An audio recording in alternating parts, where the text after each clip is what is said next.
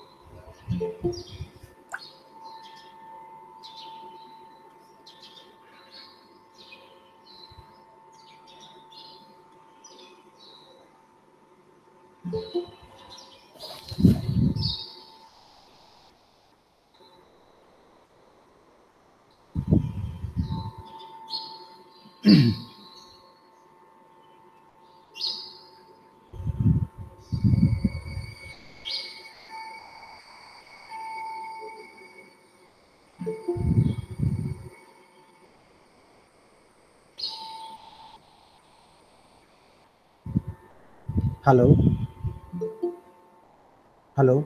Can somebody answer? Hello.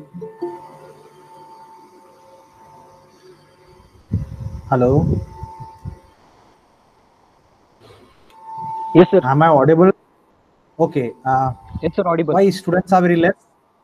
Why students are very less? रोज असं असतंय का हल्ली? हॅलो. नाही सर, काल 20-25 रोज होते सर मागच्या लेक्चरला. होते का? बरं, ठीक आहे. मग आपण एक 20-25 होईपर्यंत वाट बघू आणि मग स्टार्ट करू. Okay. Okay, okay thank you. Sir. माझी स्क्रीन दिसते का? स्क्रीन आहे present? Yes sir, visible screen. माझी स्क्रीन दिसते का? व्हिजिबल. हो ओके, सर. थँक्यू. हो, thank you.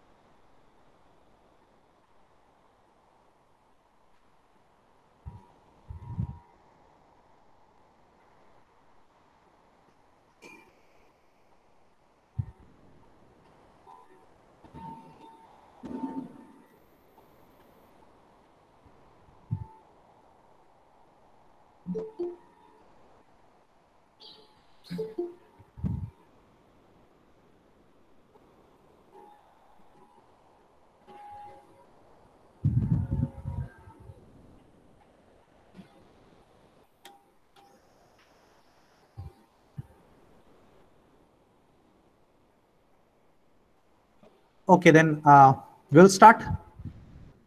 So can we start?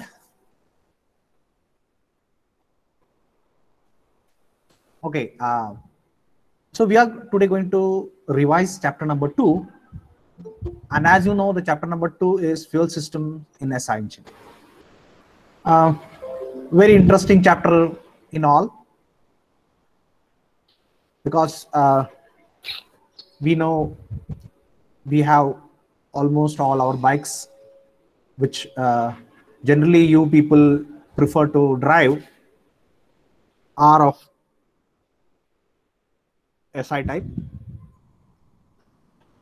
So nowadays we have most of the bikes to be 4-stroke SI engines, and everybody of you are almost familiar with that.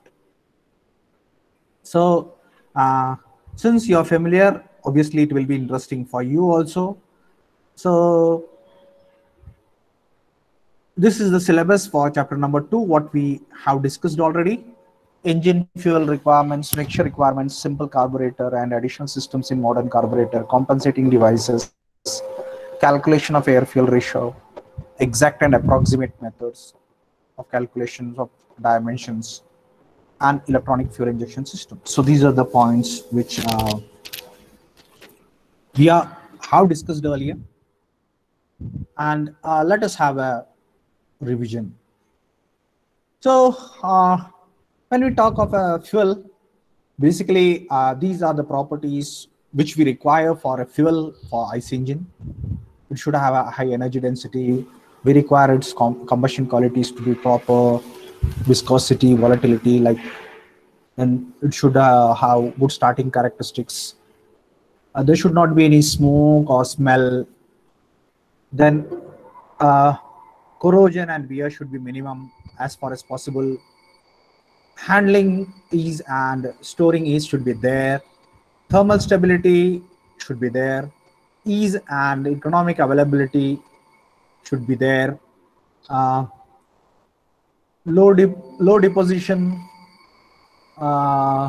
tendency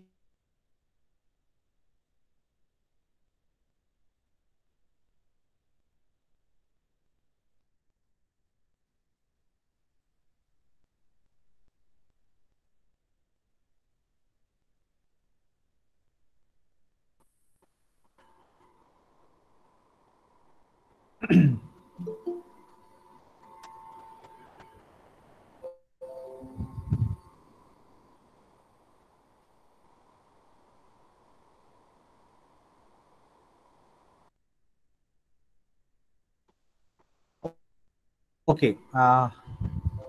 So there was some internet issue. Once again, let me confirm that I am audible. Am I audible? Yes, sir. Am I audible? Yes, yes. Okay. So these were the properties: ease and economic availability, low deposition tendencies, fire safety. तर या सगळ्या properties असल्या की आपण त्याला generally SI engine fuel साठी suitable fuel आहे असं म्हणतो. मग ह्याच्या रिलेटेड एखादा एमसीक्यू येऊ शकतो, ह्याच्या रिलेटेड एखादा क्वेश्चन येऊ शकतो की काय बाबा आयसी इंजिनच्या प्रॉपर्टीज काय काय असू शकतात. This was the general system for a petrol engine. असं असतं जनरली पेट्रोल इंजिन मध्ये एक फ्युअल टँक असतो, त्याच्यामधून फ्युअल येतं, ते पुढे कुठं जातं, ते एक पंपाला जातं. जर इंजेक्शन सिस्टम असेल तर, नसेल तरी सुद्धा आपल्याला काही गाड्यांमध्ये एक पंप आहे, तो टाकीमधून सिस्टमला डिलिव्हर करायला कदाचित वापरतात. नाही वापरलं तर ग्रॅव्हिटी सिस्टम वापरावं लागते. मग ती फ्युअल जातं फ्युअल फिल्टरला आणि तिथून ती कार्बोरेटर मध्ये जातं. कार्बोरेटर मध्ये एअर फ्युअल मिक्सचर तयार होतो आणि ती सिलेंडरला जातो. आता ही फ्युअल पंप हा इथं का दिसतोय, तर आपण असं इथं गृहीत धरतोय की आपल्याला फ्युअल सप्लाय करायचंय कुठून, टाकीमधून इंजिनला. बाईक मध्ये कसं असतं, बाईक मध्ये जनरली तसं नसतं. बाईक मध्ये काय करतो आपण, ही फ्युअल पंप अवॉइड करण्यासाठी आपण काय करतो, टाकी वरती लावतो आणि इंजिन खालती लावतो, म्हणजे ग्रॅव्हिटी मिळते आपल्याला. आणि ग्रॅव्हिटीनं फ्युअल खाली येतं म्हणजे इंजिनकडे येतं, त्यामुळे आपल्याला तिथं पंप लागत नाही. Okay, so don't get confused about this particular pump. Pump बद्दल कन्फ्युजन होता कामा नये. मग एका बाजूने एअर येते, एका बाजूने फ्युएल येते, फ्युएल फिल्टर मधून पंप ती फिल्टर होऊन येते, इथं मिक्सर तयार होते आणि ते इंजिनला जाते. असे वेगळ्या वेगळ्या स्टेजेस मध्ये होते कार्बोरेशन प्रोसेस. असं आपण ऑलरेडी डिस्कस केलेलं आहे. त्यात ऑटोमायझेशन झालं पाहिजे, मिक्सर तयार झालं पाहिजे, आणि त्याच्यानंतर मिक्सर सप्लाय झालं पाहिजे. ओके, सो वेगळ्या वेगळ्या स्टेजेस बद्दल आपण इथं बोलणार आहोत.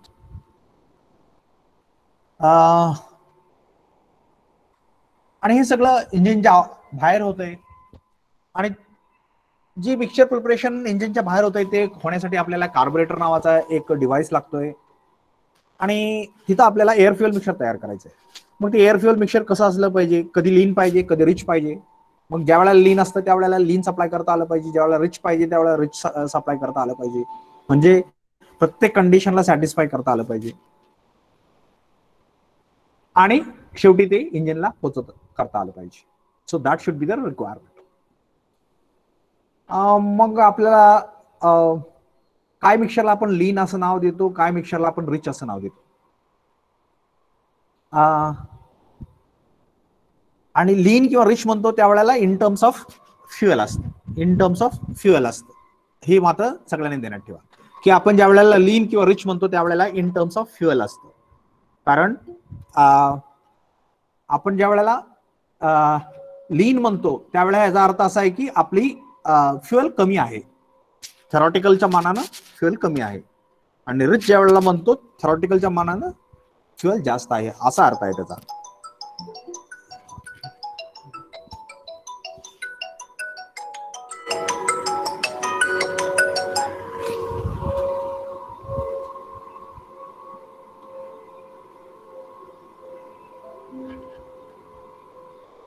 Then we have carburation, function of a carburetor system to mix the fuel, vaporize the fuel, deliver correct mixture to the cylinder.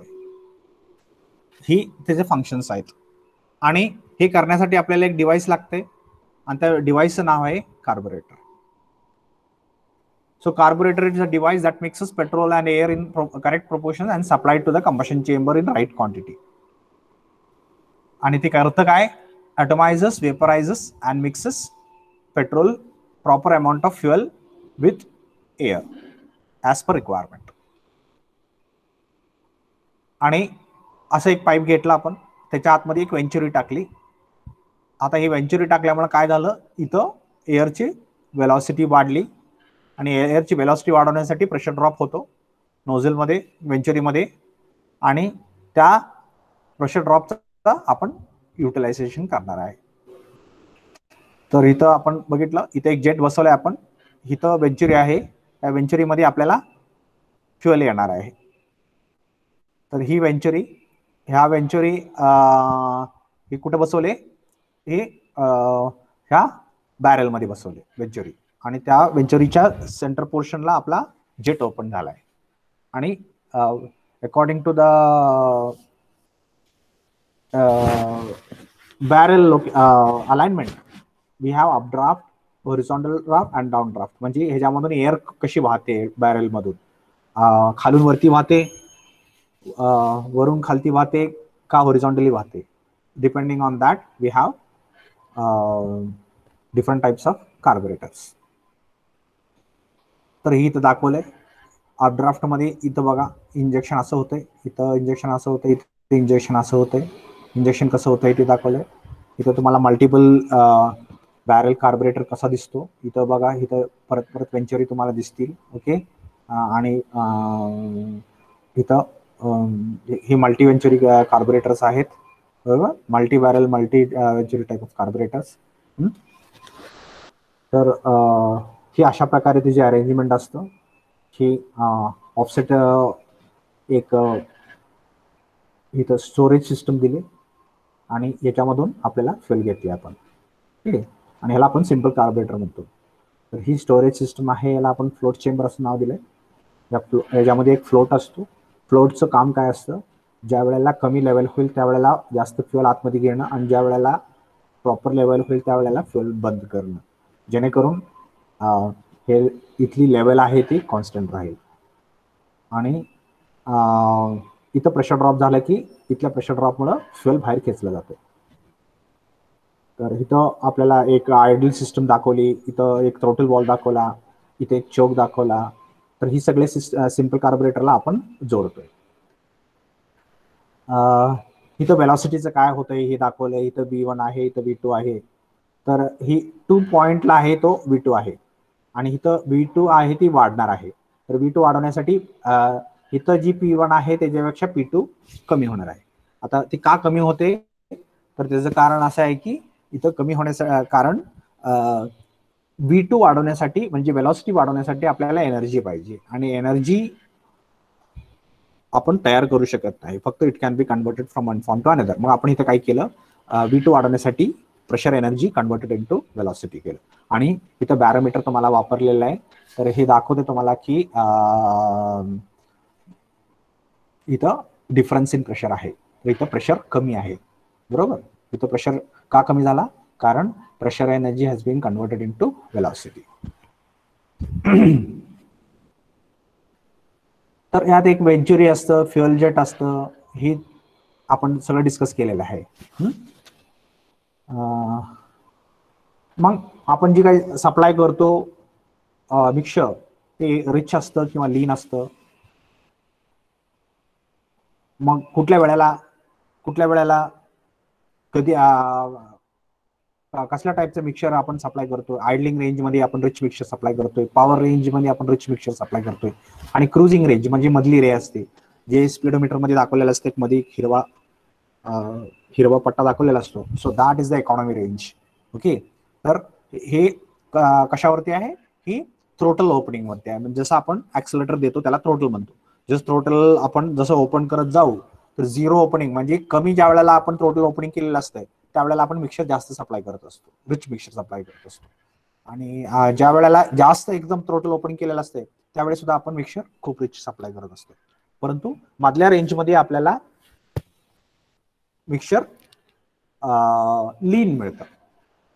So that you have to understand. काय problems आहेत simple कार्बोरेटरमध्ये, okay,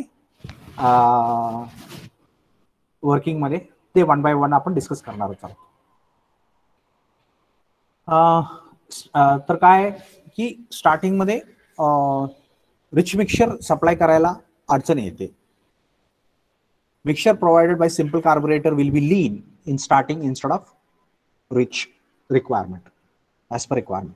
मग काय आपण काय केलं, आपण एक चोक नावाचा डिव्हाइस तिथं दिला. आपण चोक दिल्यामुळे काय झालं की चोकमुळं आपल्या मिक्सर रिच करायचं आपल्याला आपण इनडायरेक्टली व्यवस्था करतोय.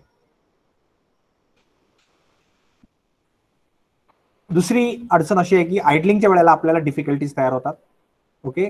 आयडलिंगच्या वेळेला आयडलिंग म्हणजे काय, इंजिन स्टार्ट केलंय परंतु गाडी पळत नाहीये, त्या कंडिशनला आयडलिंग असं नाव देतो आपण. तर आयडलिंग कंडिशन मध्ये ज्या वेळेला आपल्याला आयडलिंग कंडिशन मध्ये ज्या वेळेला आपल्याला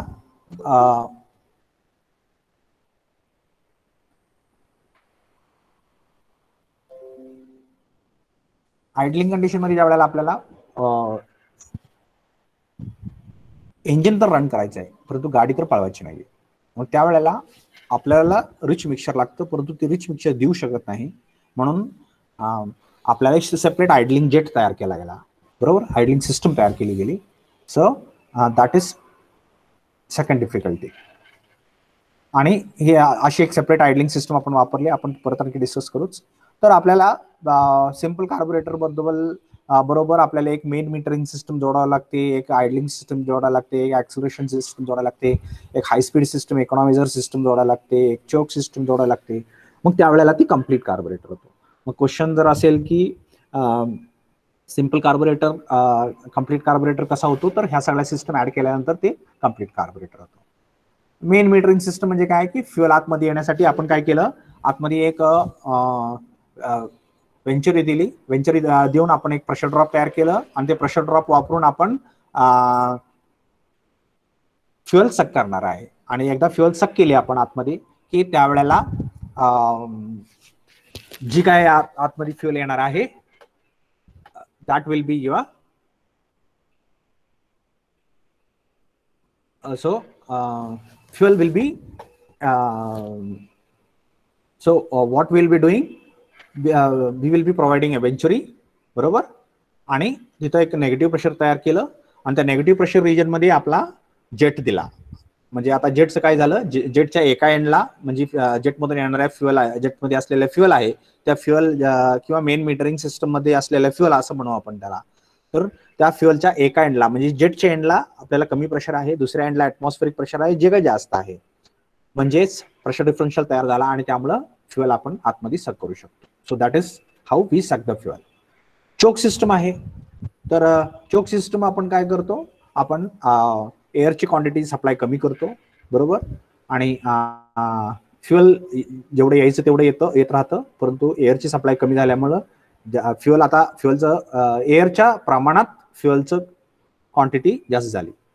म्हणजे एअर आपण जेवढे काय सक करतोय त्याच्या तुलनेत जी काही फ्युएल येते त्याची क्वांटिटी जास्त झाली, म्हणजे फ्युएल जास्त झालं आणि कंपॅरेटिव्हली एअर कमी झालं, म्हणजे मिक्सचर रिच झालं. आयडलिंग सिस्टम मध्ये पण आपल्याला रिच मिक्सचर सप्लाय करायचं असते. मग आपण काय करणार, एक तिथं पण आपण एक बटरफ्लाय वापरलं, सॉरी एक आयडलिंग सेपरेट सिस्टम दिली आणि त्याचा एक एंड आपण कुठं ओपन केला, आपल्या थ्रोटलच्या खालच्या बाजूला ओपन केला, बरोबर. आयडलिंगच्या वेळेला आपल्याला गाडी पळत नसते, म्हणजे ऍक्सिलरेटर आपण देत नाहीये, म्हणजे थ्रोटल वॉल ऑलमोस्ट बंद असतो. मग आपल्याला इंजिनचं प्रेशर आहे, इंजिन चालू आहे म्हणजे इंजिनचं सक्शन येतंय तिथं, म्हणजे नेगेटिव्ह प्रेशर तिथं तयार होतोय, तो वरतीपर्यंत येतोय, परंतु थ्रोटल वॉल बंद असल्यामुळे तो वरपर्यंत ऍक्ट होत नाही. परंतु जिथं ऍक्ट होतोय तिथं आपल्याला आयडलिंग पोर्ट आपण ओपन केलंय, जिथं तयार होतोय तिथं आपण आयडलिंग पोर्ट ओपन केलंय, बरोबर. तर हे आपला ऑलमोस्ट क्लोज आहे आणि आपला आयडलिंग पोर्ट इथं आहे. मग आता इंजिनचं सक्शन इथंपर्यंत येत आहे. आता इंजिनचं सक्शन इथंपर्यंत येत आहे म्हणजे काय झालं की आपल्याला इथं सक्शन अवेलेबल आहे, इथं सक्शन अवेलेबल आहे आणि इथं ऍटमॉस्फेरिक प्रेशर आहे. मग इथं ऍटमॉस्फेरिक प्रेशर, इथं नेगेटिव्ह प्रेशर, त्यामुळे फ्युएल इथून यायला चालू होते आणि ती फ्युएल आल्यामुळं आणि थोडंफार एअर जी इथून येत्या त्याच्या मदतीनं एक रिच मिक्सचर तयार होते आणि ते रिच मिक्सचर सप्लाय इंजिनला होतंय आयडलिंगच्या वेळेला. So that is how we are able to supply rich mixture during idling. वेगळ्या वेगळ्या टाईपचे इकॉनॉमायझर सिस्टम किंवा एनरिचमेंट सिस्टम आपण आपल्याला ह्याच्यामध्ये वापरले गेलेत, बरोबर आहे. तर एक आहे निडल टाईप, दुसरी आहे एअर ब्लीड टाईप. तिथं हे काय केलं आपण, हे तुम्हाला एक मिनिट एक फिगर दाखवतो पहिल्यांदा, म्हणजे तुमच्या परत ते व्यवस्थित लक्षात येईल.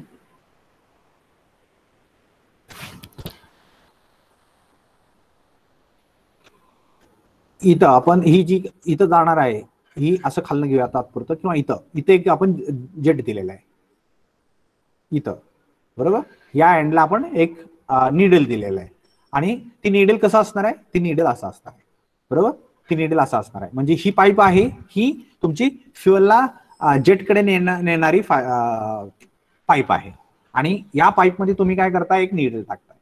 आता ही निडल ज्या वेळेला पूर्णपणे आतमध्ये गेलेली असेल त्यावेळेला ह्याचं डायमीटर आणि ह्याचं डायमीटर ऑलमोस्ट थोडासा एकदम फरक आहे, त्यामुळे एकदम कमी फ्युएल आतमध्ये जाऊ शकतं.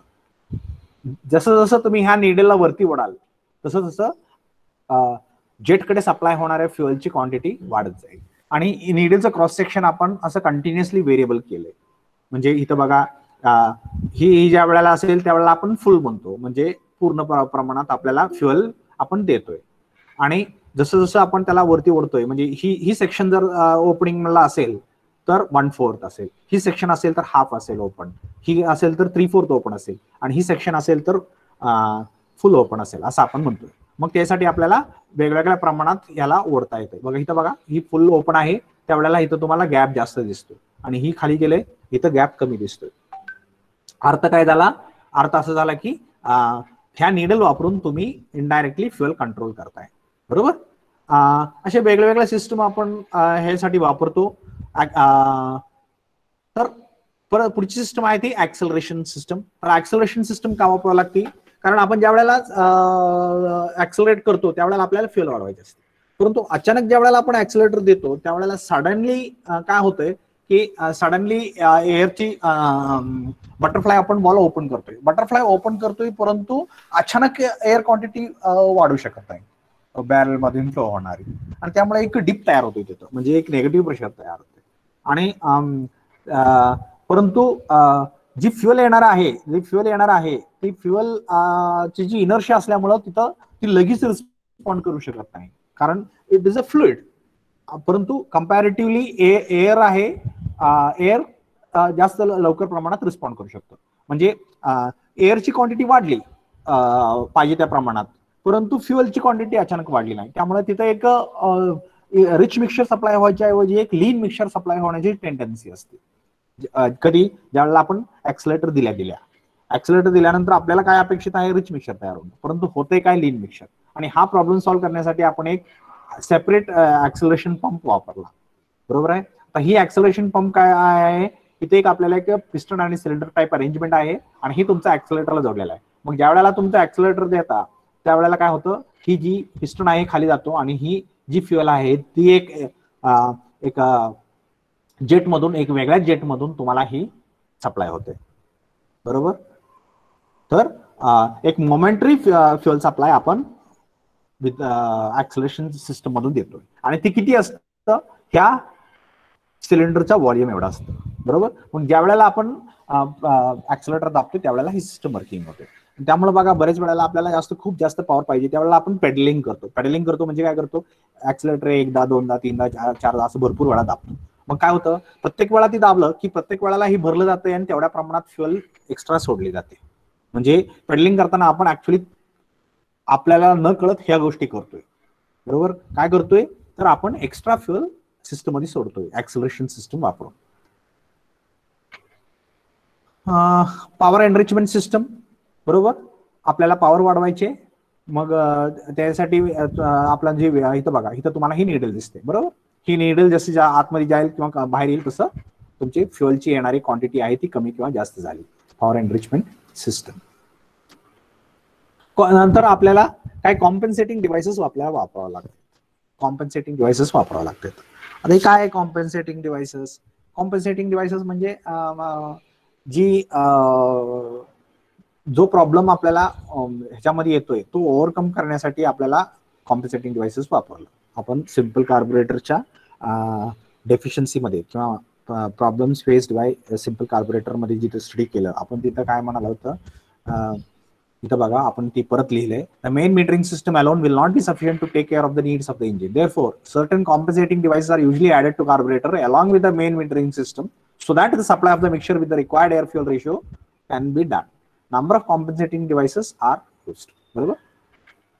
तर आपल्याला पाहिजे त्यावेळेला म्हणजे जसं आपण ऍक्सिलरेटर देत जातो तसं तसं आपल्याला मिक्सचर रिच होत जातंय. हा एक डिसएडव्हान्टेज होता सिम्पल कार्बोरेटरचा, बरोबर.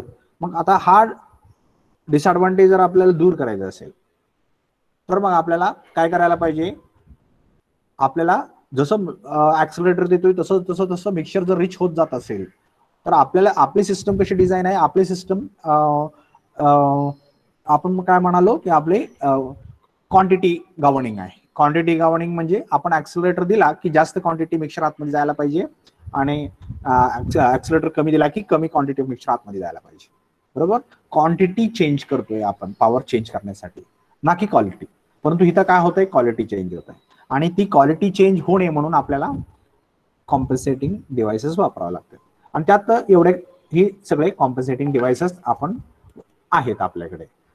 तर काय काय एअर ब्लीड जेट आहे, कॉम्पेन्सेटिंग जेट आहे, एमल्शन ट्यूब आहे, ऑक्झिलरी एअर वॉल आहे, ऑक्झिलरी एअरपोर्ट आहे. तर हे सगळ्या compensating system. Air bleed jet मध्ये काय केलं आपण, एक इथं एक एक्स्ट्रा इथं इथं बघा तुम्हाला एक बॅरल दिसतंय.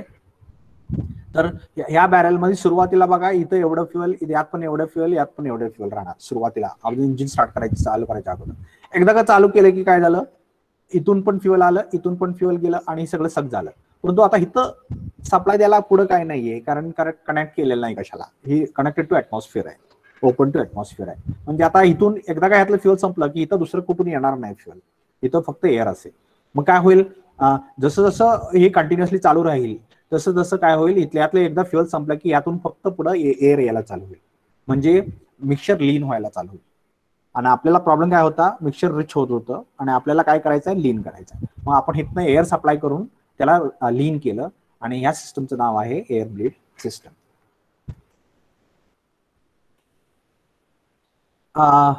एअर ब्लीडिंगची प्रिन्सिपल इथं दाखवले आपण. इथं बघा,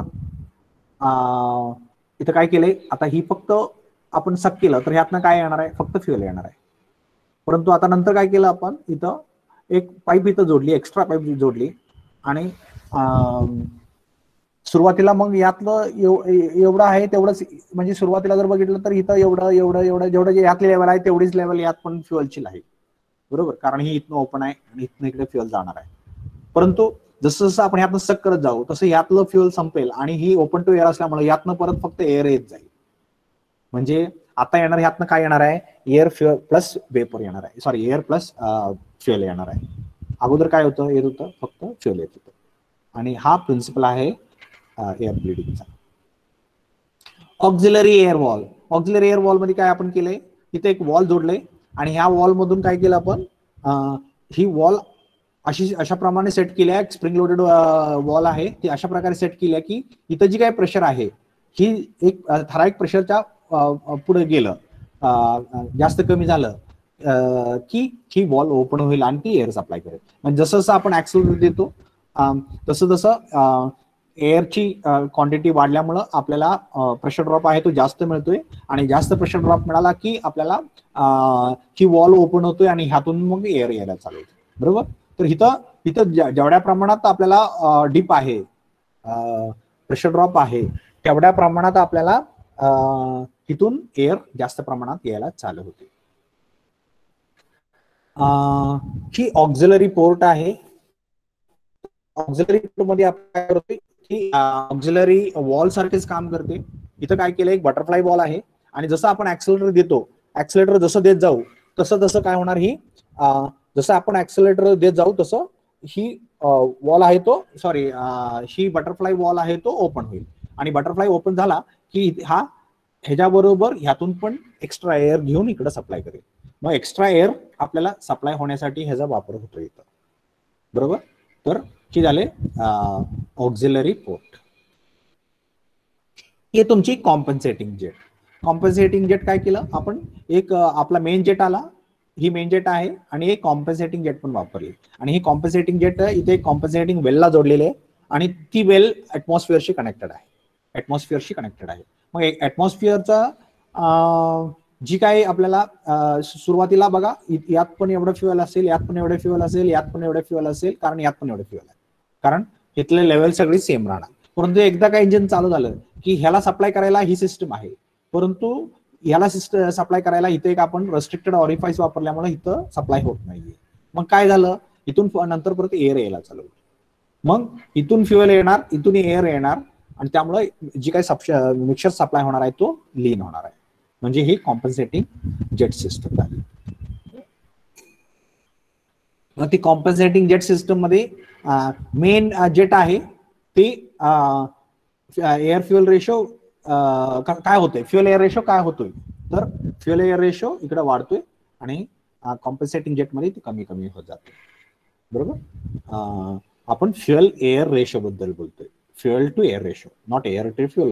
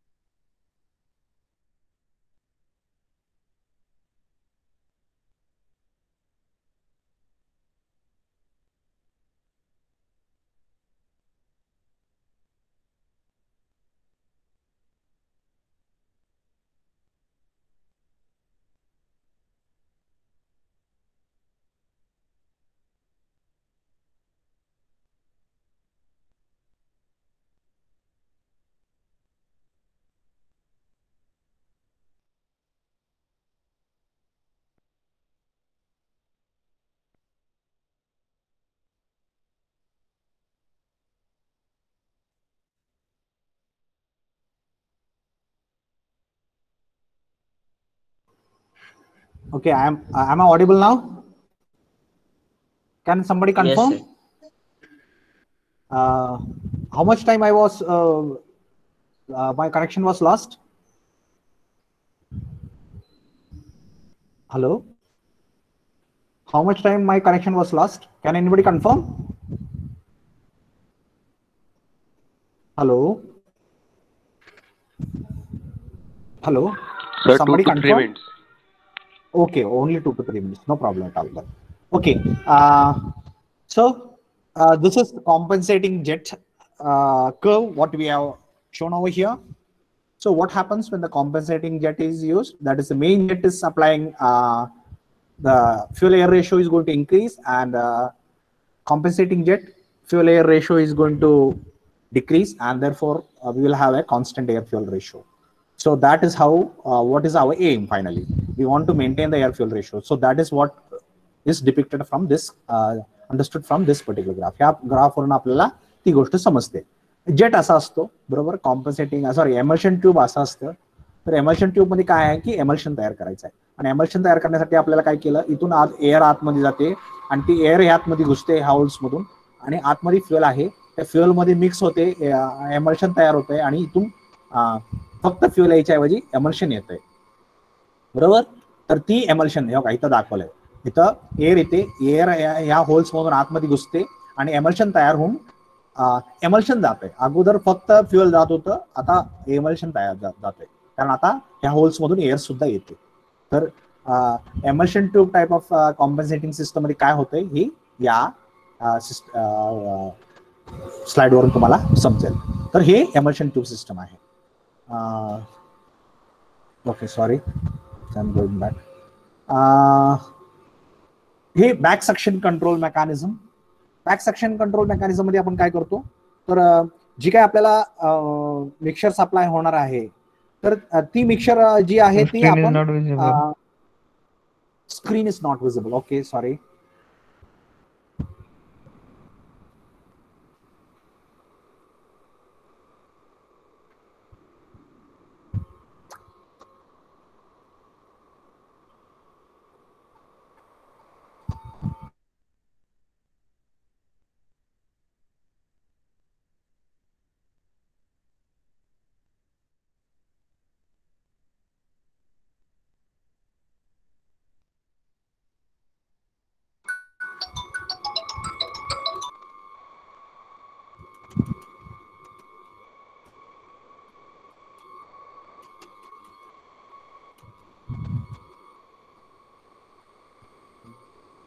I'm unable. Now it is.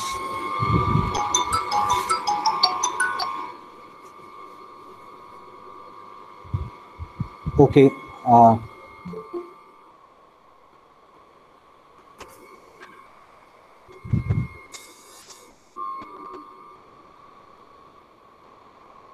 Tirth Rathod. Can Tirth Yes, sir. Rathod why you don't have a roll number? Right, sir. I will put it. Okay. Let me know first. Hello, Tirth. Yes, sir. What is your roll number? Roll number 12, sir. 8. Okay. You are not Sir, attending 12, regularly. 12. See, you are not Sir, roll number remembering even 12. your number. Okay. So ensure that you are entering with the roll number, proper roll number. Okay. Yes, sir. So I'll continue. So now I hope my screen is visible and I am audible. Can somebody confirm? Yes. Okay. Oh, very good. So this is a back section control system. इथं आपण काय करतोय की आपल्याला इथं fuel कशामुळे तयार बाहेर येतंय, प्रेशर डिफरन्स असल्यामुळे. प्रेशर डिफरन्स कसा तयार होतोय, एव्हेंजरिंगमुळे. इथे एक नेगेटिव्ह प्रेशर तयार होतं आणि इथं पॉझिटिव्ह प्रेशर होतं बरोबर. मग इथं पॉझिटिव्ह प्रेशर म्हणजे ऍटमॉस्फेरिक प्रेशर, इथं निगेटिव्ह प्रेशर म्हणजे वेंचरिंगमुळे तयार झालेलं निगेटिव्ह प्रेशर. आणि या दोन्हींचा डिफरन्स असल्यामुळे आपल्याला फ्युएल इथं आतमध्ये बाहेर येते. परंतु आता आपल्याला काय करायचं आहे की आता ही जी रिच मिक्सचर आहे ते आपल्याला लीन करायचं. मग आपण काय केलं, ही डायरेक्टली ऍटमॉस्फिअरला ओपन न करता आपण इथं याला काय केलं, इथं ऍटमॉस्फिअरला ओपन केलंय आणि आता आपण इथं याला एक कंट्रोल वॉल दिलाय. आता कंट्रोल वॉल दिल्यामुळे काय झालं की आपण इथं आतमध्ये किती प्रेशर ठेवायचं ह्याचा आता आपण कंट्रोल करणार आहे. मग आपण आता काय करणार, अगोदर काय होतं तर इथं जसं आपण ऍक्सिलेटर देत जाऊ तसं इथं प्रेशर ड्रॉप जास्त जास्त जास्त जास्त ड्रॉप होत जात होता आणि त्यामुळे प्रेशर डिफरन्स वाढत वाढत जात होतं आणि त्यामुळे मिक्सर जास्त जास्त जास्त जास्त रिच होत जात होतं. हा hello hello voice is hello breaking sir. काय झालं, hello voice is breaking. Hello sound breaking, काय प्रॉब्लेम आहे, येस सर. आवाज ब्रेक होतोय.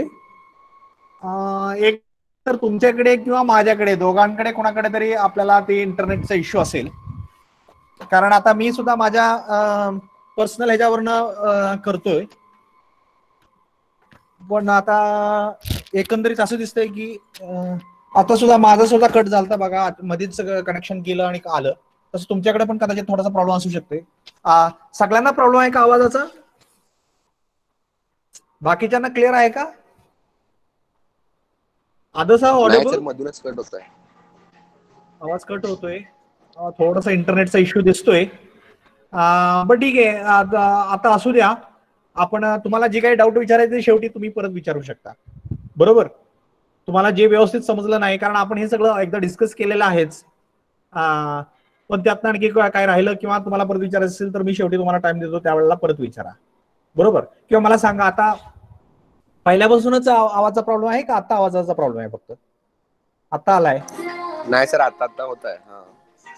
आता क्लिअर आहे का, आता तर क्लिअर आहे का, मी जे हा सर, बोलतोय ते येते का आता क्लिअर क्लिअर आहे का सर. नाही येते, हा सर ऐकू आलंय. Okay okay okay okay good.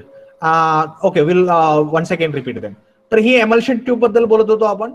तर एमल्शन ट्यूब मध्ये काय होतंय बघा, इथं बघा आपण एक एमल्शन ट्यूब दाखवली, ही एमल्शन ट्यूब ह्याच्या इथं आहे बघा ही, आणि ह्याच्या आतमध्ये ही जेट आहे, ही मेन जेट आहे आणि त्याच्यावरती आपण एक एमल्शन ट्यूब दाखवले. आणि ह्या एमल्शन ट्यूब मध्ये काय होतं की एमल्शन तयार होतंय. एमल्शन म्हणजे काय की एक मिक्सचर ऑफ लिक्विड आणि गॅस, त्याला आपण एमल्शन असं म्हणतो.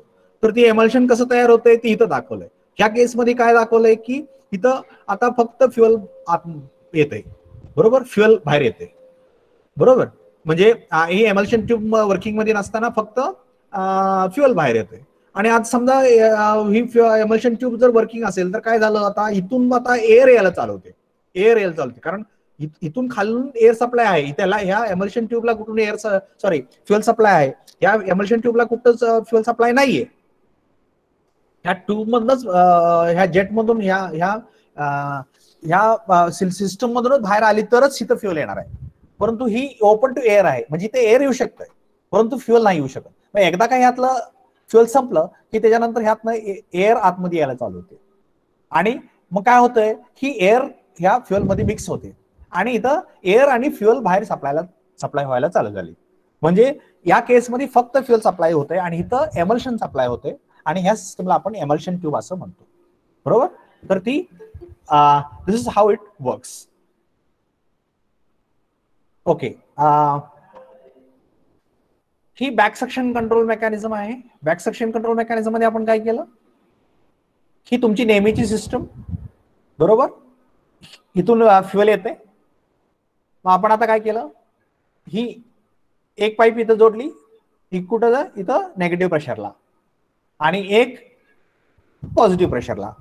आणि ह्याच्यामधलं आपल्याला जी इथं तर नेगेटिव्ह प्रेशर आहे तोच नेगेटिव्ह प्रेशर आपण आता ह्याला सुद्धा दिलाय, म्हणजे इथं सुद्धा आता काय झालं, निगेटिव्ह झालं, बरोबर. इथं निगेटिव्ह झालं, इथं पण निगेटिव्ह झालं. आता आपण काय करणार, ह्याला पाहिजे तेवढ्या प्रमाणात ओपन करणार आणि त्याला पाहिजे तेवढ्या प्रमाणात पॉझिटिव्ह करणार नेगेटिव्ह झालेल्या प्रेशरला, कारण हितला नेगेटिव्ह आहे तो आता इथं पण आहे, कारण ही पाईप आता ही through this it is connected here. म्हणजे काय झालं, आता इथं सुद्धा नेगेटिव्ह प्रेशर झालं, प्रोव्हाइडेड दिस इज क्लोज्ड, बरोबर. ही क्लोज असेल तर इथं पण नेगेटिव्ह प्रेशर होणार. केवढा नेगेटिव्ह असेल, इथं जेवढा आहे तेवढाच. मग आता इथं पण नेगेटिव्ह यातनं फ्युअल बाहेर येईल का, नाही येणार. मग आपल्याला काय करावं लागेल, फ्युअल बाहेर येण्यासाठी इथं पॉझिटिव्ह करावं लागेल. मग इथं पॉझिटिव्ह कसं करायचं, आता ही आपल्याला कंट्रोल वॉल दिले त्याला ओपन करायचं. मग कंट्रोल वॉल किती प्रमाणात ओपन करतोय त्याच्यावर डिपेंड आहे की इथं किती पॉझिटिव्ह होते. मग आता आपल्या हातात कंट्रोल आहे की इथं किती नेगेटिव्ह ठेवायचं, म्हणजे इथं जर एक ठराविक नेगेटिव्ह असेल तर इथं किती पॉझिटिव्ह करायचं हे आपल्या हातात आहे. म्हणजे थोडक्यात काय तर प्रेशर डिफरन्स किती ठेवायचा हे आपल्या हातात असल्यामुळं आपल्याला आता इथून फ्युएल किती बाहेर यायचं ही कंट्रोल करू शकतो. So this is a working principle of back section control mechanism. ह्या ऑलरेडी डिस्कस ऑक्झिलरी वॉल आणि ऑक्झिलरी पोर्ट. बरोबर, ऑक्झिलरी वॉल मधून इथून एअर येते, जसं ऍक्सिलरेटर देईल तसं जास्तीत जास्त इथं प्रेशर ड्रॉप होतोय आणि प्रेशर ड्रॉप जास्त झालं की ही वॉल एअर सप्लाय चालू करते आणि त्यामुळं मिक्सचर लीन होतंय. जसं ऍक्सिलरेटर देऊ तसं ही बटरफ्लाय वॉल जास्तीत जास्त ओपन होते आणि जास्तीत जास्त एअर सप्लाय चालू करते, त्यामुळं मिक्सचर लीन होते. So that is auxiliary port. जसं ऑल्टिट्यूड कॉम्पेन्सेशन किंवा इफेक्ट ऑफ ऑल्टिट्यूड काय, जसं आपण वरती जाऊ, हाईट वरती जाऊ, म्हणजे थोडक्यात आपण सी लेवलला घेतलं, समजा रत्नागिरी किंवा मुंबई घेतलं आणि आपण सिमला घेतलं, हिमाचल प्रदेशमध्ये सिमलाला घेतलं, तर सॉरी सिमला हिमाचल प्रदेशमध्ये आहे का मला माहित नाहीये. ओके, सो दोन्ही मधला प्रेशर डिफरन्स आहे तो जास्त महत्वाचा आहे. तर आपल्याला ऑब्विसली हिमालयास मध्ये आपल्याला प्रेशर कमी असणार आहे. मग आपल्याला प्रेशर डिफरन्स जर कमी असेल तर एअर आतमध्ये येणारी, कार्बोरेटर मध्ये येणारी एअर आहे ते कमी प्रेशरचे असणार आहे. आता कमी प्रेशर आहे म्हणजे डेन्सिटी कमी आहे, आणि डेन्सिटी कमी आहे म्हणजे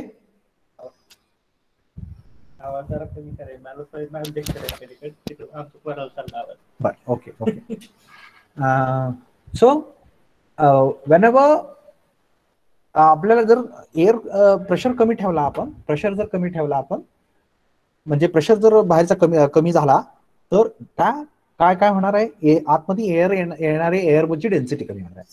डेन्सिटी कमी झाली म्हणजे त्यातलं ऑक्सिजन कमी झालं, ऑक्सिजन कमी झालं म्हणजे कंबशनसाठी ती जी काही मदत करणार आहे त्याचा सुद्धा परिणाम होणार आहे.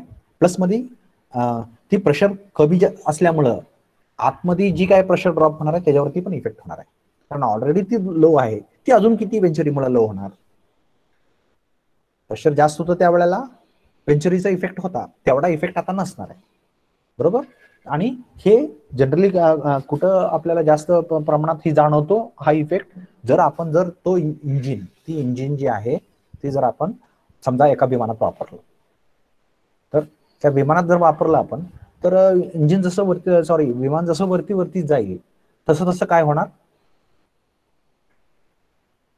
एअरची डेन्सिटी कमी कमी होत जाणार, प्रेशर कमी कमी होत जाणार, आणि त्याचा इफेक्ट आपल्या कार्बोरेटरवरती होणार. कारण कार्बोरेटर आपण ठराविक कंडिशनला गृहीत धरून आपण सेट करतोय. बरोबर, म्हणजे आतमध्ये येणारी एअर एवढं प्रेशर असेल, एवढं टेम्परेचर असेल असं गृहीत धरून आपण सेट करतोय. परंतु इथं काय होतंय, इथं प्रेशर कमी झालं, मग त्याचा परिणाम होतो, आणि हा म्हणजे ऑल्टिट्यूड इफेक्ट ऑफ ऑल्टिट्यूड.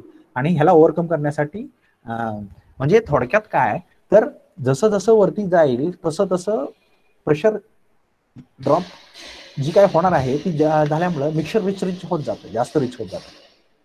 पण जसं जो प्रॉब्लेम आपल्याला ज्या प्रॉब्लेमसाठी आपण कॉम्पन्सेटिंग डिव्हाइसेस वापरले तसाच प्रॉब्लेम इथं पण होतोय. फक्त इथं कशामुळे होतोय, तिथं ऍक्सलरेटर दिल्यामुळे जास्त जसं ऍक्सलरेटर देत होतो तसं मिक्सचर रिच होत होतं. इथं काय, जशी हाईट वाढेल तसं मिक्सचर रिच होत जाते. मग सिमिलरली तसेच कॉम्पन्सेटिंग डिव्हाइसेस इथं पण वापरावं लागतात, आणि त्याला आपण अल्टिट्यूड कॉम्पन्सेशन डिव्हाइसेस असं म्हणतो.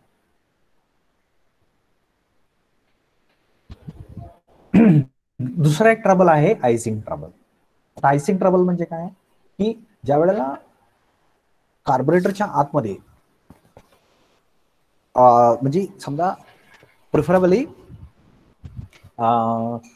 ज्या वेळेला कार्बोरेटरच्या वेंचुरीमध्ये ज्या वेळेला प्रेशर ड्रॉप झालं आणि तिथं इव्हॅपोरेशन झालं, इव्हॅपोरेशन झाल्यानंतर, इव्हॅपोरेशन म्हणजे नक्की काय असतं, इव्हॅपोरेशन म्हणजे लिक्विड फ्युअल मॉलिक्यूल जी आहे ती आजूबाजूच्या ऍटमॉस्फिअर मधून हीट काढून घेत आहेत. कशासाठी, स्वतःला इव्हॅपोरेट करण्यासाठी, स्वतःला वेपोराइज करण्यासाठी. बरोबर, आणि त्या त्या रिजनवरती त्याचा परिणाम काय झाला, तर एक कुलिंग इफेक्ट तयार झाला.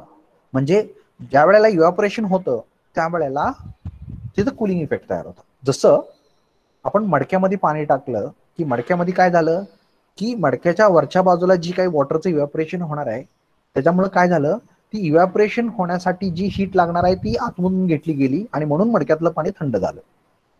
तसंच फ्युएल इव्हॅपोरेशन होण्यासाठी जी काही हीट लागणार आहे ती एअरमधून घेतल्यामुळं एअर थंड झाली. म्हणजे आतमध्ये एअर थंड झाली, कशामध्ये, बॅरेलमध्ये. आता आतमध्ये जर एअर कंटिन्युअसली थंड होत राहिली तर काय होईल, आतमध्ये येणारी जी एअर आहे त्याच्यामध्ये काहीतरी मॉइश्चर आहे आणि ती मॉइश्चर काय होईल, आईस होऊन डिपॉझिट होईल. कुठं, बॅरेलवरतीच. तर आतल्या बाजूला आईस तयार होत जाते. कशामुळे आईस तयार होते, एअर मधलं जी मॉइश्चर आहे ती थंड हवा थंड झाल्यामुळं ती बॅरेलच्या वॉल्स वरती डिपॉझिट होते. म्हणजे तुमची बॅरेल आहे त्याच्यावरती एक आईसचा लेअर तयार होतोय आणि त्याच्यामुळे एअरची सप्लाय आहे ती कमी कमी होत जाते. कारण बॅरेल आता अरुंद होत गेला. कशामुळं, आईसच्या डिपोजिशनमुळं. आणि ह्याला जनरली आयसिंग प्रॉब्लेम म्हणतो. आणि ही जनरली कुठे होतं, कोल्ड कंट्रीज मध्ये होतं. बरोबर, कारण आतमधनं येणारी एअर ऑलरेडी थंडच असते आणि त्याच्यानंतर परत आणखी फ्युअल इव्हॅपोरेशन होण्यासाठी अजून त्यातनं हीट काढून घेतली जाते. त्यामुळे काय झालं, एअरमध्ये जी असलेली जी मॉइश्चर आहे, वॉटर मॉलिक्युल्स आहेत, वॉटर पार्टिकल्स आहेत, ती डिपॉझिट होत आहेत आणि आईस तयार होतो. मग ह्याला आपण आयसिंग ट्रबल असं म्हणतो. आणि ही करण्यासाठी आपण अवॉइड करण्यासाठी heating the carburettor idle ports, throttle valves by means of engine exhaust वापरून आपण ते आयडल सिस्टम आहे, एअर इनटेक सिस्टम आहे ती आपण हीट करतो. हीट केल्यामुळे काय झालं की त्या रिजन मध्ये बाहेरून वॉलला हीट दिली गेली आणि ती हीट आतमध्ये जाते. त्यामुळं जी वॉलवरती जी काही आईस डिपॉझिट होणार होतं ते परत आणखी त्याचं कन्व्हर्जन वेपरमध्ये होऊन ते एअर बरोबर पुढे जाते, डिपॉझिट होत नाही. तर अशा प्रकारे आपल्याला आयसिंग प्रॉब्लेम आपल्याला ओव्हरकम करता येतो. आणि हे झाले तुमचे वेगवेगळे टाईपचे कार्बोरेटर मार्केटमधले. आणि ही सगळे कंपनीचे नाव आहेत. प्रत्येक कंपन्याने आपापले टाईपचे कार्बोरेटर तयार केलेले. आपल्याला वेगवेगळे सिस्टम्स आहेत, आपण आता काय जे डिस्कस केलं ते. आणि प्रत्येक सिस्टम, प्रत्येक कंपनीने जे काय तयार केलेले ते वेगवेगळे डिझाईन असतं. कोण डाऊन ड्राफ्ट बनवतं, कोण अप ड्राफ्ट बनवतं, कोण होरिझॉन्टल ड्राफ्ट बनवतं. प्रत्येकाने वापरलेले सिस्टम वेगळे असतात. कॉम्पन्सेटिंग सिस्टम भरपूर आहेत, त्यातले कुठले वापरते. पॉवर सिस्टम वेगवेगळे आहेत, त्यातले कुठले वापरते. आयडलिंग सिस्टम कशी अरेंज करतो ते वेगळे असते. अशा प्रकारे प्रत्येकाचं डिझाईन वेगवेगळं आहे, परंतु बेसिक प्रिन्सिपल सेम्स राहतात. बेसिक प्रिन्सिपल आतापर्यंत जे काही डिस्कस केलं तेच राहतात, फक्त त्याची अरेंजमेंट कशी केली यात फरक राहतो. आणि अशा प्रकारे ज्या वेळेला आपण करतो त्यावेळेला वेगवेगळ्या कंपन्यांच्या नावानं आपल्याला वेगवेगळे कार्बोरेटर अवेलेबल आहेत. Zenith carburettor, Solex carburettor, Carter carburettor, Stromberg carburettor etcetera. ही वेगवेगळ्या कंपनीची नाव आहेत, म्हणजे मेक आहेत. एसयू कंपनी, एसयू कार्बोरेटर आहे. स्किनर युनियन नावाची कंपनी आहे, त्यांनी तयार केलेलं आहे. बरोबर, असे वेगवेगळे नावं त्यामुळे आलेले आहेत. सो ज्याला कोणाला डीप मध्ये माहिती पाहिजे ती पुढे जाऊन त्या प्रकारचे कार्बोरेटर अभ्यास करू शकता तुम्ही. परत आपण या चॅप्टरच्या एंडला MPFI सिस्टम म्हणजे multi point fuel injection system सुद्धा आपण स्टडी करतोय. तर इथं आपण काय केलं, ही तुम्हाला इंजिन दाखवले. हे इंजिनचे 4 सिलेंडर आहेत आणि ही 4 सिलेंडरला सप्लाय करणारे इनटेक मॅनिफोल्ड आहे. आणि ही आम्ही इनटेक मॅनिफोल्डला इथून मिक्सर येणं अपेक्षित आहे. इथे कार्बोरेटर आहे. तर ह्या कार्बोरेटर मधून एअर फ्युएल मिक्सर तयार झालं आणि ते मिक्सर इकडे आलं आणि इथं सप्लाय करताय. मग आपल्याला ही आपण ह्याला first generation supply SI fuel injection fuel system असं म्हणतो, कारण आपण सुरुवातीला ह्या प्रकारे वापरायचो.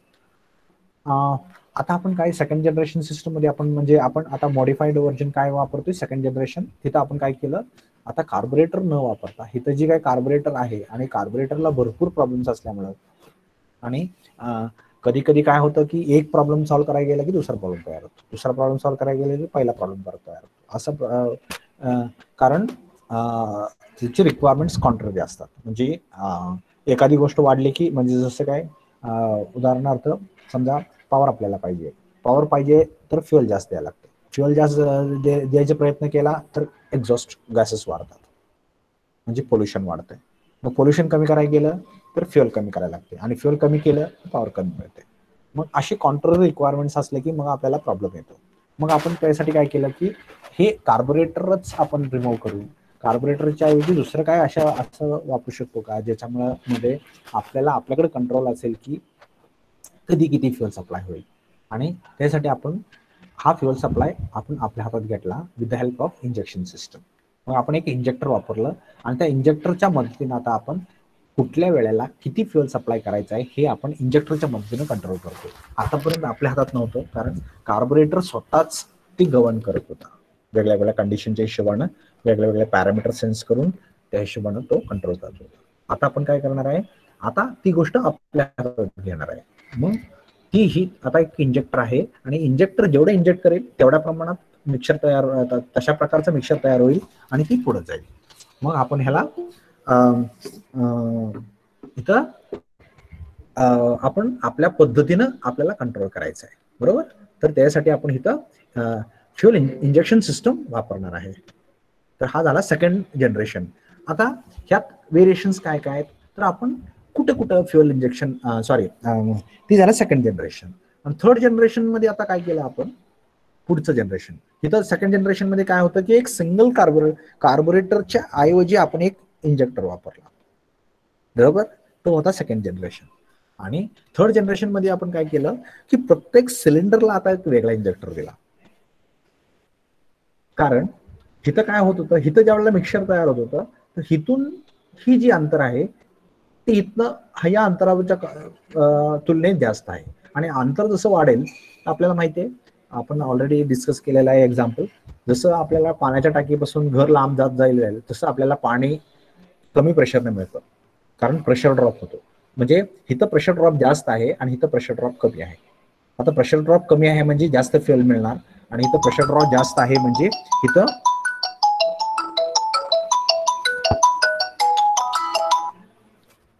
प्रेशर ड्रॉप जास्त आहे म्हणजे इथं कमी एअर फ्युएल रेशो मिळणार.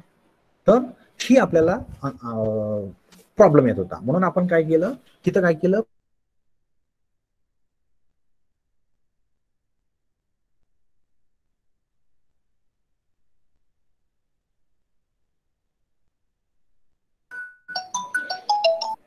म्हणजे काय झालं, इथं ही जी आहे हा इंजेक्टर याच्यासाठी, हा इंजेक्टर या सिलेंडरसाठी, हा इंजेक्टर या सिलेंडरसाठी, हा इंजेक्टर या सिलेंडरसाठी, बरोबर. म्हणजे प्रत्येक सिलेंडरसाठी आपण एक सेपरेट इंजेक्टर दिला, बरोबर. आणि आता फोर्थ जनरेशन किंवा नेक्स्ट जनरेशन इंजेक्टर्स मध्ये आपण आता ही CRDI type of injection system वापरतोय, ज्याच्यामध्ये आपल्याला कॉमन रेल आहे, ही कॉमन रेल आहे. या कॉमन रेल मध्ये आपण फ्युएल इंजेक्ट करणार आणि त्यात हाय प्रेशर ठेवणार आणि इथे एक इंजेक्टर बसवलंय आणि ते इंजेक्टरचं काम काय आहे की फक्त वॉल ओपन केलं की इंजेक्शन होणार, बंद केलं की इंजेक्शन होणार. Pressure always maintain constant. जेवढ्या वेळ आपण जेवढ्या प्रमाणात आणि जेवढ्या वेळ ओपन करणार तेवढ्या प्रमाणात आणि तेवढ्या वेळ इंजेक्शन होणार. म्हणजे प्रत्येक सिलेंडरमध्ये कुठल्या वेळेला किती इंजेक्ट करायचं हे आता पूर्णपणे आपल्या कंट्रोलमध्ये आहे. तर हे असे 4 जनरेशन्स झाले इंजेक्शनचे फ्युएल सिस्टम्स.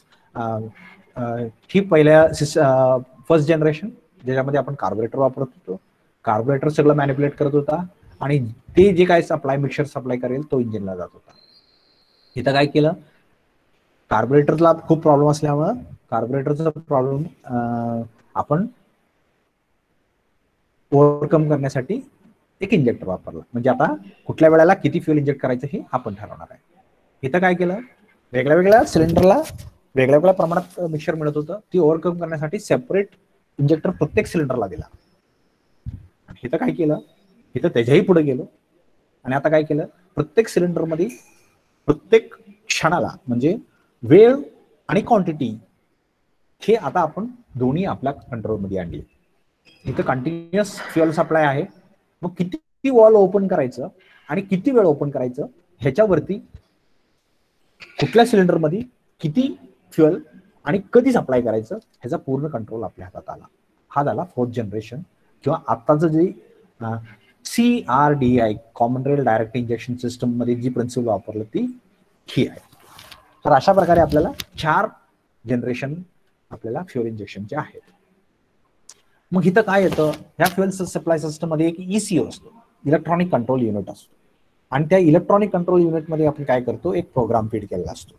आणि तो प्रोग्राम काय करतो तर तो वेगवेगळे इनपुट्स घेतो आणि त्या बेसिसवरती ते डिसाईड करतो की कुठल्या क्षणी किती फ्युअल इंजेक्ट करायचं. बरोबर. तर ते इथं दाखवलंय. ही ECU आहे. आता हा ECU इथला वॉल आहे तो ओपन करणार आहे. मग ती किती ओपन करायचं त्या बेसिसवरती इंजेक्शन होणार. बरोबर. आणि इथं प्रेशरचं हे आलं, इनपुट आलं. तर हे अशा प्रकारे वेगवेगळे इनपुट घेऊन फ्युअल आणि फ्युअलचं इंजेक्शन जे आहे हा आपल्याला आता कंट्रोल करता येतो. त्याला आपण फ्युअल इंजेक्शन सिस्टम असं म्हणतो. ज्या वेळेला फ्युअल इंजेक्शन सिस्टम आपण वापरतो त्याचं मेन एम काय काय असतात तर आपल्याला पॉवर आउटपुट वाढवायचं आहे, फ्युअल एफिशियन्सी वाढवायचे, एमिशन कमी करायचे, वेगळ्या वेगळ्या प्रकारचे फ्युअल एकाच इंजिनमध्ये वापरायची आपल्याला केपेबिलिटी वाढवायची, फ्युअल सिस्टमची रिलायबिलिटी आपल्याला इन्क्रीज करायचे, ऑपरेशन आपल्याला स्मूथ झालं पाहिजे, रफ नाही झालं पाहिजे, कॉस्ट कमी असली पाहिजे आणि मेंटेनन्स कॉस्ट आणि वर्किंग कॉस्ट दोन्ही कमी असले पाहिजे. आपल्याला डायग्नोस्टिक कॅपॅसिटी म्हणजे काय नादुरुस्त झाले तर आपल्याला ते समजलं पाहिजे की कशामुळे काय होते. आणि रेंज ऑफ एन्व्हायरमेंटल ऑपरेशन वेगळ्या वेगळ्या इंजिन कंडिशन्सला ऑपरेशन कंडिशनला आपल्याला ते सुटेबल पाहिजे. आणि इंजिन ट्युनिंग ते इंजिनच्या हिशोबाने रन झालं पाहिजे. तर हे सगळे जनरली एका इंजेक्शन सिस्टमला रिक्वायर्ड पॅरामीटर्स असतात. म्हणजे एखादं इंजेक्शन सिस्टम ज्यावेळेला आपण एखाद्या इंजिनसाठी वापरतो त्यावेळेला त्यात ह्या सगळ्या गोष्टी पाहिजेत.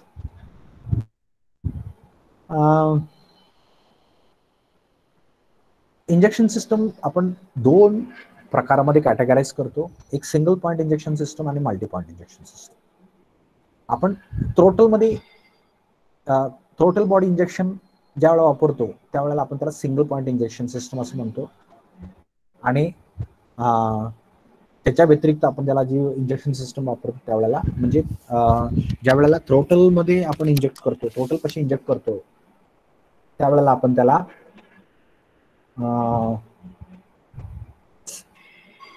सिंगल पॉइंट इंजेक्शन म्हणतो. आणि ज्या वेळेला भरपूर प्रत्येक सिलेंडरला वगैरे असे वेगवेगळे इंजेक्टर देतो त्यावेळेला आपण multi point fuel injection system असं म्हणतो. तर ही बघा ही आहे मल्टी पॉइंट फ्युअल इंजेक्शन. बरोबर.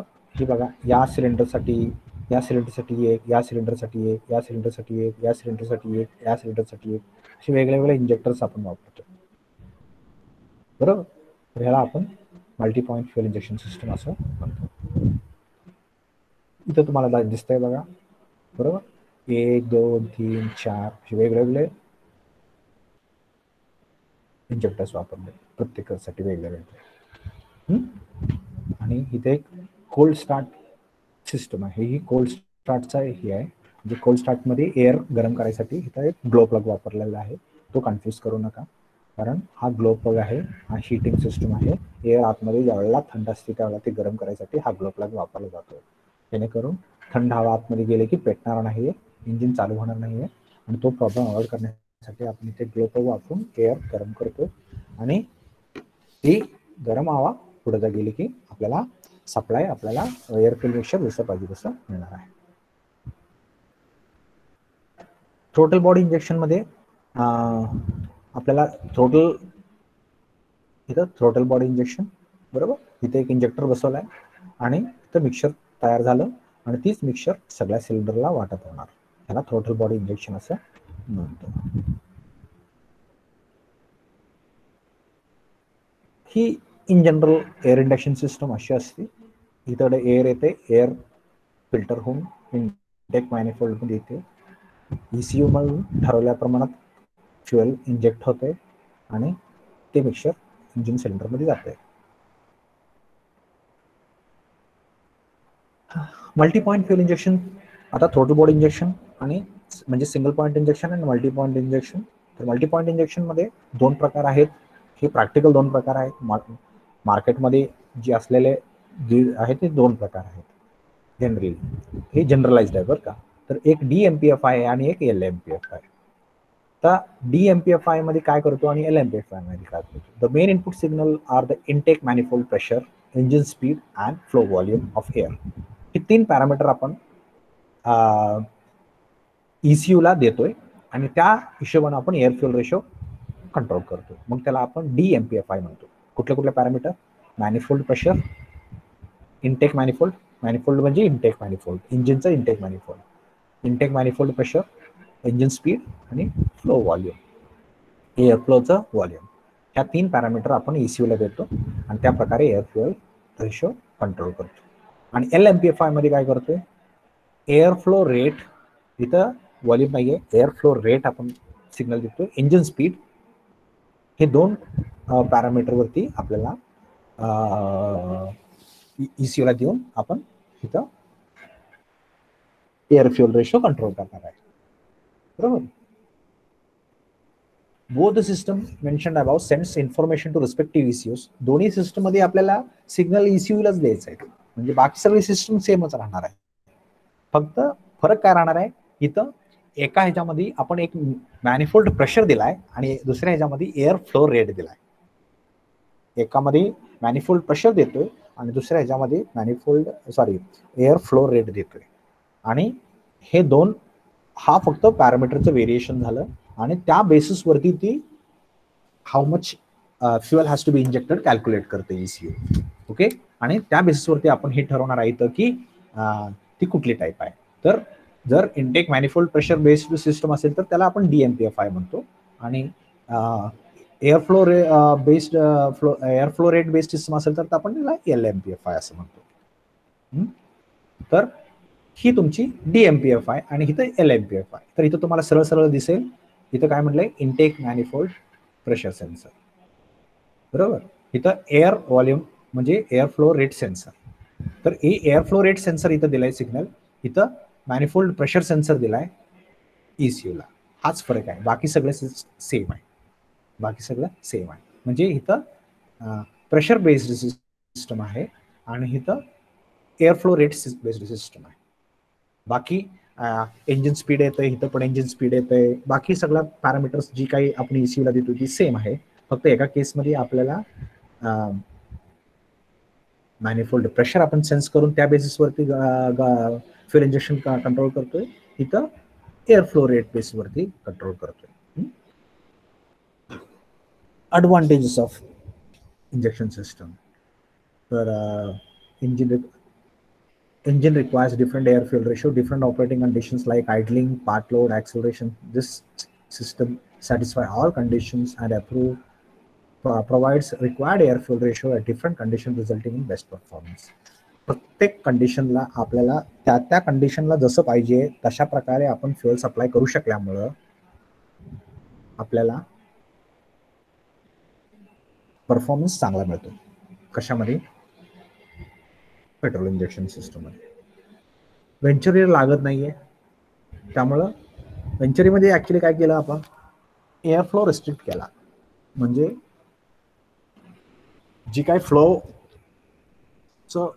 पाईप होतं त्या फ्लोच्या पाईपमध्ये आपण रिस्ट्रिक्शन टाकलं. बरोबर. म्हणजे अडथळा निर्माण केला. म्हणजे थोडक्यात काय, तर एअर कमी येणार आहे. मग आपण पाईप तयार करतोय कशासाठी, एअर देण्यासाठी, आणि त्यात मध्ये अडथळा टाकतोय कशासाठी, आपलं वेगळं फ्युएल आणण्यासाठी वगैरे. तो जो प्रॉब्लेम आहे, त्यामुळं एअर फ्लो स्मूथली होत नाही आणि तो इथं प्रॉब्लेम येत नाही. इथं काय, आता आपल्याला ज्या वेळेला एअर सिस्टम येईल त्यावेळेला आपण ती पाईप तेवढी मोठी वापरू शकतो. बरोबर. As per design. त्यात अडथळा विडथळा आपण टाकत नाही, त्यामुळं एअर फ्लो स्मूथली होतो. त्यामुळे इंजिनची व्हॉल्युमेट्रिक एफिशियन्सी जास्त मिळते आणि आपल्याला एफिशियन्सी जास्त मिळते. आयसिंगचा प्रॉब्लेम नाही आहे, कारण वेपरायझेशन कार्बोरेटरमध्ये जसं होणार होतं तशा प्रकारे इथं होत नाही आहे, कारण आपण डायरेक्टली थ्रोटलमध्ये कुठं करतोय, इनलेट मॅनिफोल्डमध्ये डायरेक्ट इंजेक्ट करतोय. आणि जिथं इनलेट मॅनिफोल्ड असतं तिथं जनरली इनलेट मॅनिफोल्ड गरम असतं, कारण तिथंपर्यंत इंजिनची हीट पोचते आणि त्यामुळं वेपरायझेशनसाठी लागणारी हीट इंजिनच्या वॉलमधून आपल्याला हीटच्या स्वरूपात मिळते. त्यामुळे तिथं आयसिंग प्रॉब्लेम असण्याची शक्यता खूप कमी असते. In multi cylinder engine air fuel ratio will be supplied to all cylinders, म्हणजे इक्वल एअर फ्युअल रेशो, सगळ्या सिलेंडरला एकसारखं एअर फ्युअल रेशो आपल्याला सप्लाय करता येतो फ्युअल इंजेक्शन सिस्टममध्ये, जे का आपल्या कार्बोरेटर सिस्टममध्ये करता येत नाही, कारण कार्बोरेटर पासून प्रत्येक सिलेंडरचं अंतर वेगळं वेगळं असू शकतं आणि जसं अंतर चेंज होईल त्या पद्धतीनं प्रेशर डिफरन्स वेगळा वेगळा होतो. As fuel ratio supplied at different condition, exhaust emissions will be lower and more power will be developed.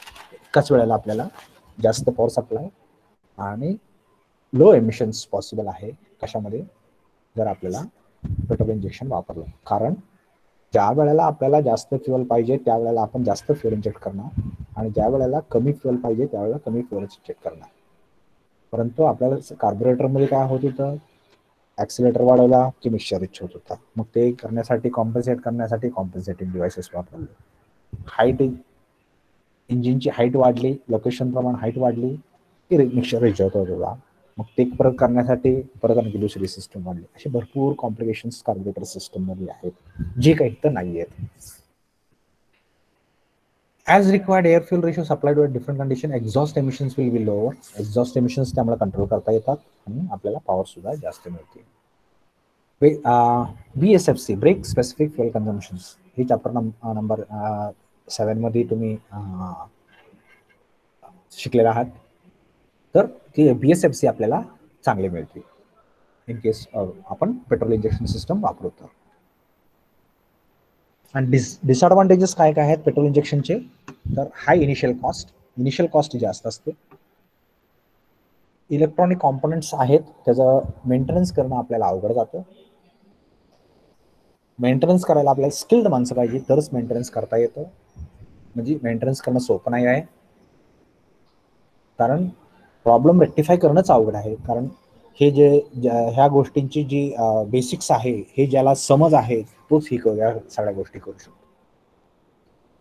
म्हणजे जी इलेक्ट्रॉनिक्सचं समज पाहिजे, इलेक्ट्रॉनिक्सचं ऑपरेशन कसं होतं ते समज पाहिजे, प्रत्येक सेन्सर कसा वर्क होतो हे समजलं पाहिजे.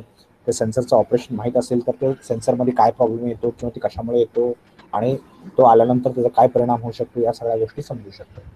तर त्यासाठी स्किल्ड माणसं पाहिजे. System is more complicated which require more care and attention. More care लागतं, जास्त काळजी घ्यावी लागते, अटेन्शन जास्त लागतं. म्हणजे थोडक्यात काय आहे की समजा ऊसाचं पीक आणि द्राक्षाच्या बागाला जसं जास्त लक्ष द्यावं लागतं तसं हे इंजिन MPFI सिस्टमला जास्त लक्ष द्यावं लागतं. आपण जसं नाजूक म्हणतो तशा प्रकारे मोडता येतं. म्हणजे थोडा काय प्रॉब्लेम झाला तर आपल्याला समजला नाही तर त्याचा जास्त परिणाम होऊ शकतो. पण आपल्या सिस्टममध्ये ज्याला रोबस्ट सिस्टम म्हणतो, जसा ऊस आहे त्याला काहीच फरक पडत नाही, बरोबर. नुसतं आपल्याला पाणी दिलं की काम संपलं. तसं आपल्या जनरल सिस्टमला एवढा जनरली जास्त काय प्रॉब्लेम येत नाहीत आणि जे काय प्रॉब्लेम असेल ते फक्त कार्बोरेटर पुरतं राहतात. कार्बोरेटर जर आपण मेंटेन केला की काम संपलं. परंतु इथं कसं आहे, वेगवेगळे सेन्सर्स आहेत, कुठलाही एक सेन्सर फॉल्टी झाला तर त्याचा परिणाम इंजिन ऑपरेशनवरती होतो. म्हणजे इंजिन कुठंच माल फंक्शनिंग करत नाहीये, परंतु तुमचं सेन्सर सिग्नल चुकीचं देतोय म्हणून इंजिनचं ऑपरेशन बिघडत आहे. तर असं वगैरे होऊ शकते. म्हणजे इंजिनमध्ये काहीच प्रॉब्लेम नाही आहे बेसिकली, परंतु सेन्सरमध्ये प्रॉब्लेम आहे आणि ते सेन्सरचं सिग्नल चुकीचं आल्यामुळं इंजिनचं ऑपरेशन बिघडलं, असं वगैरे होण्याची शक्यता इथे जास्त आहे. आणि त्यामुळं that is again a disadvantage. So this was the second chapter, revision of second chapter. Anybody having any doubt, please ask with respect to this particular chapter. कोणाला काय समजलं नाही? Anybody having any doubt, please ask.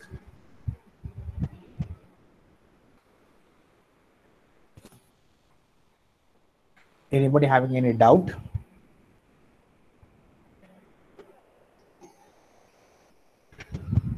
Yes. If anybody having any doubt, am I audible or not? Am I audible or not? Yes, sir. Audible. Am I audible? Audible. Okay. So, any doubt in any part, whatever we have discussed in our revision today, you can ask. I will explain once again. जे तुम्हाला समजलं नाही, जे तुम्हाला ऐकू आलं नाही, असं काही असेल तरी आता विचारा. That I will clear.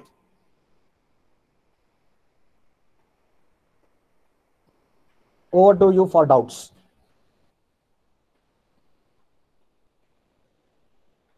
Yes. सगळ्यांना सगळं समजलंय? Second chapter.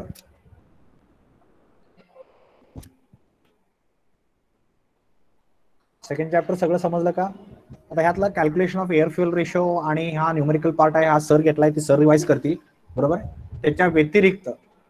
त्याच्या व्यतिरिक्त ज्याला कोणाला जे काही समजलं नाही त्यांनी डाऊट विचारू शकता.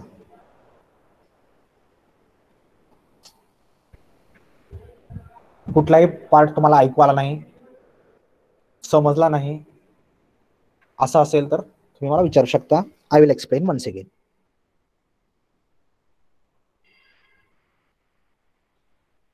सगळ्यांना सगळं समजलंय?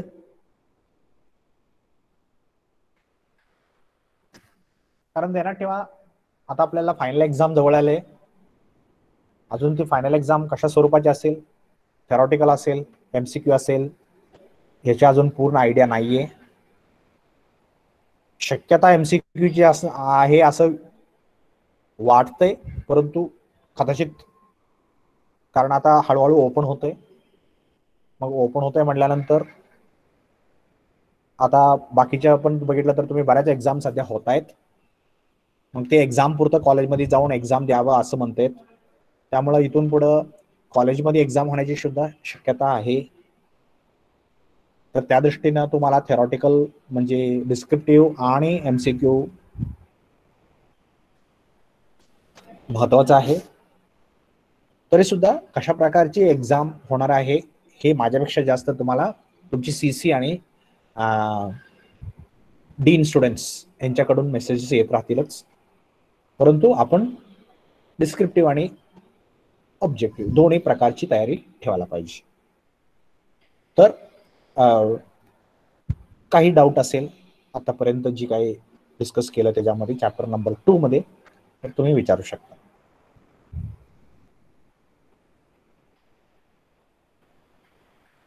Any doubt? Anybody having any doubt?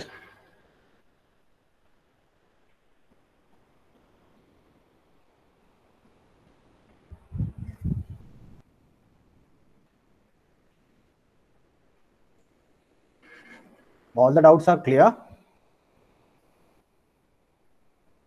Okay then, since nobody is asking, expecting that or presuming that everybody has understood everything, I request you to mark your attendance in the chat box. Those who have understood everything and can leave.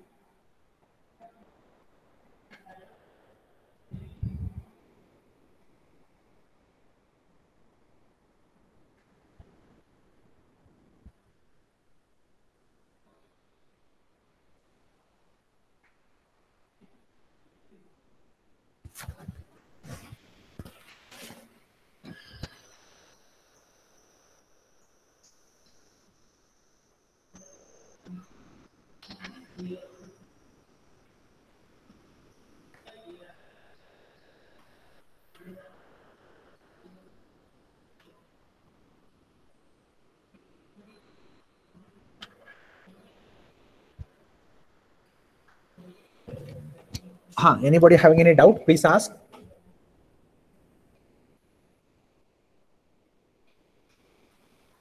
Doubts, please.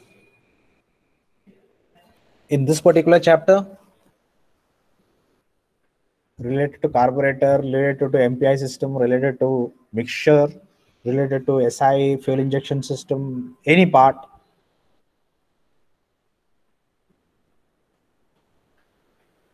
आपण भरपूर discuss केलेला आहे सुरुवातीला सुद्धा भरपूर lecture यासाठी आपण दिलेले आहेत तास आपण हे चॅप्टर डिस्कस केलेलं आहे भरपूर तास पण तरी सुद्धा अजून कोणाला काही शंका राहिली असतील तर please ask so that it can B cleared